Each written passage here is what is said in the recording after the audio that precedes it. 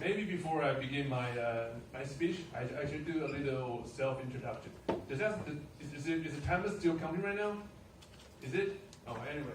I have been in NCKU for long enough. I'm a PhD student. I really think that students in NCKU are not open-minded enough.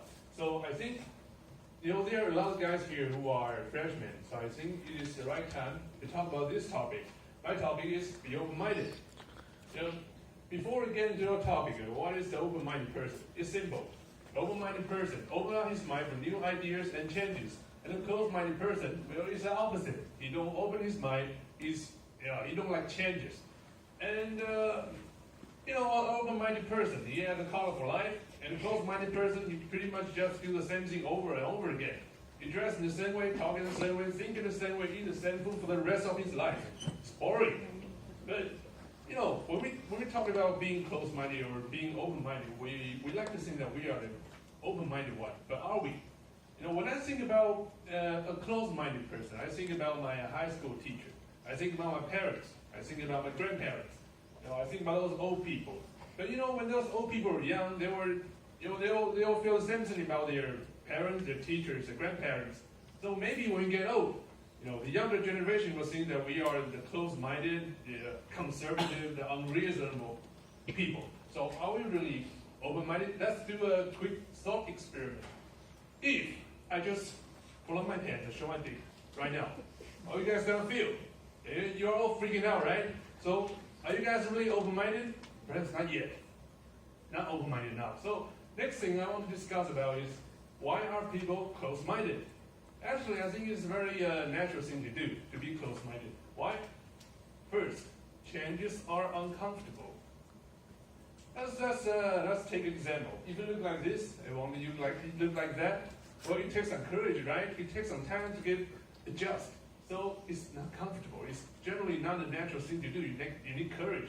And if you like to listen to Mandarin pop music like Xie Jingyan, and you want to switch to like a classic rock like Jimi Hendrix, well, the music is very different. So you need a lot of time to get used to that. And this is what people usually don't do. We like to the same pattern, the same kind of stuff over and over again. So that's why people tend to listen to one kind of music all the time. And when you and me or individuals are doing this, this may be just personal stuff, but when a group of people, when a lot of people, when the whole society is refused to change, then we will become the powerful conservative force and make changes become even immoral. How do we say so? How about this? If you are surrounded by people on the left, and suddenly you see those guys, and you will instantly mark them as bad. For what? You don't know. Everybody's thinks they're bad, right? You think they're bad, they look bad. Are they bad? It's hard to say. Not really, right? And how about this? If you're getting used to men to dress in a certain way, women to dress in a certain way, and suddenly those guys show up, what do you feel?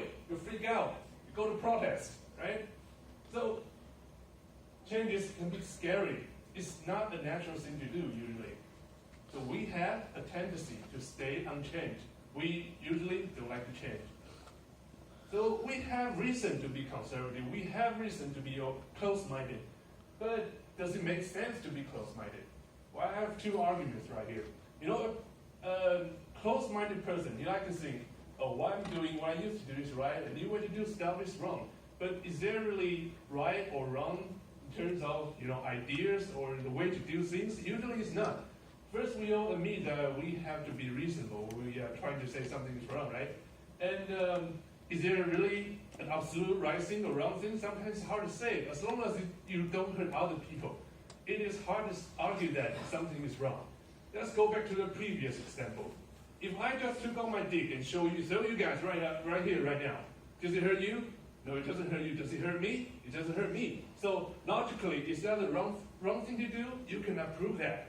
For example, in many African tribes, it is their custom to show their dick. So if I just show my dick right here, right now, maybe I just adopted different culture, right? Can you say that I'm wrong? No, you can't say I'm wrong. So being close-minded doesn't make sense. And not only doesn't make sense, it is bad. Why? take this for example. Do you remember that you were in high school? And teachers, they'll expect you to think this way. And you just like to be yourself and you'll be judged, right? You just want to be different or just try to be yourself and the teacher will say, you're bad kids. We are all in a society. We are all being judged by those close-minded people. We are the victim of being close-minded. We are judged by those people all the time. And sometimes we are those oppressors. Sometimes even we don't know about. And if you're gay, you cannot show your feeling to your loved one just because you're surrounded by close-minded people. And it really hurts, it really hurts. And it even kills innovation. This is Galileo. Around 400 years ago, he had the idea that the Earth is not the center of the universe. The piece of the church people didn't like it, and he got locked up for the rest of his life. So maybe we had a lot of Galileo before Galileo, but they all got killed off. So it kills innovation, even kills the destiny of the country. This is in the 19th century when the Western power knocked the door of Asia. China refused to change. So what happened to China? They fought in war and chaos, being invaded by other countries.